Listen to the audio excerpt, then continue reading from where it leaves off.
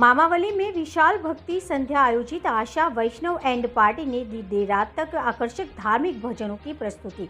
राजपुरोहित समाज फोदर परिवार द्वारा आयोजित सुरेश जुगनू वलदरा कालिंद्री निकट के मामावली गांव में राजपुरोहित समाज फोदर परिवार द्वारा नवनिर्मित सुंधा माता एवं शारणेश्वर महादेव मंदिर प्रांगण में प्राण प्रतिष्ठा निमित्त सोमवार 2 जून की रात्रि में विशाल भक्ति संध्या का आयोजन हुआ, जिसमें प्रसिद्ध भजन कलाकार आशा वैष्णव ने देर रात तक आकर्षक धार्मिक भजनों की प्रस्तुति देकर श्रोताओं को भाव विभोर किया।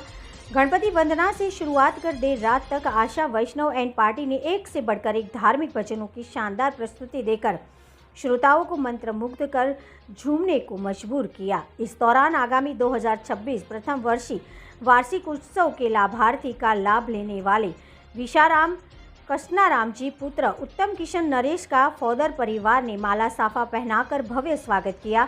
इस अवसर पर मामावली गांव समेत आसपास के दर्जनों गांव के भक्त भाविकों ने भक्ति संध्या में भाग लिया।